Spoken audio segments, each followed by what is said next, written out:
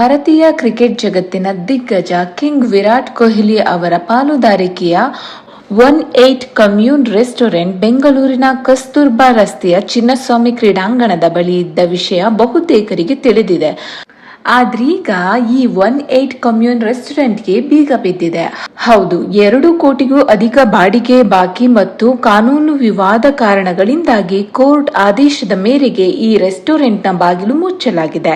ಈ ಹಿಂದೆಯೂ ಕೂಡ ಅಗ್ನಿಶಾಮಕ ಸುರಕ್ಷತಾ ನಿಯಮಗಳ ಉಲ್ಲಂಘನೆ ಮತ್ತು ಕೋಟ್ಪಾ ಕಾಯ್ದೆ ಅಡಿಯಲ್ಲಿ ಈ ರೆಸ್ಟೋರೆಂಟ್ ವಿರುದ್ಧ ಎಫ್ಐಆರ್ ದಾಖಲಾಗಿತ್ತು.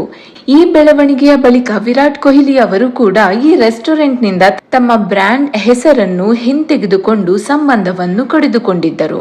ಸದ್ಯ ಗ್ರಾಹಕರಿಲ್ಲದೆ ಆದಾಯವಿಲ್ಲದ ಕಾರಣ ಕಟ್ಟಡದ ಮಾಲೀಕರಿಗೆ ಲಕ್ಷಾಂತರ ರೂಪಾಯಿ ಬಾಡಿಗೆ ಮತ್ತು ನಿರ್ವಹಣಾ ವೆಚ್ಚ ಪಾವತಿಸಲು ಸಾಧ್ಯವಾಗಿರಲಿಲ್ಲ. ಹೀಗಾಗಿ ಬಾಡಿಗೆ ಪಾವತಿಸಿದ ಹಿನ್ನೆಲೆಯಲ್ಲಿ ಕಟ್ಟಡದ ಮಾಲೀಕರು ಕೋರ್ಟ್ಗೆ ಹೋಗಿದ್ದರು.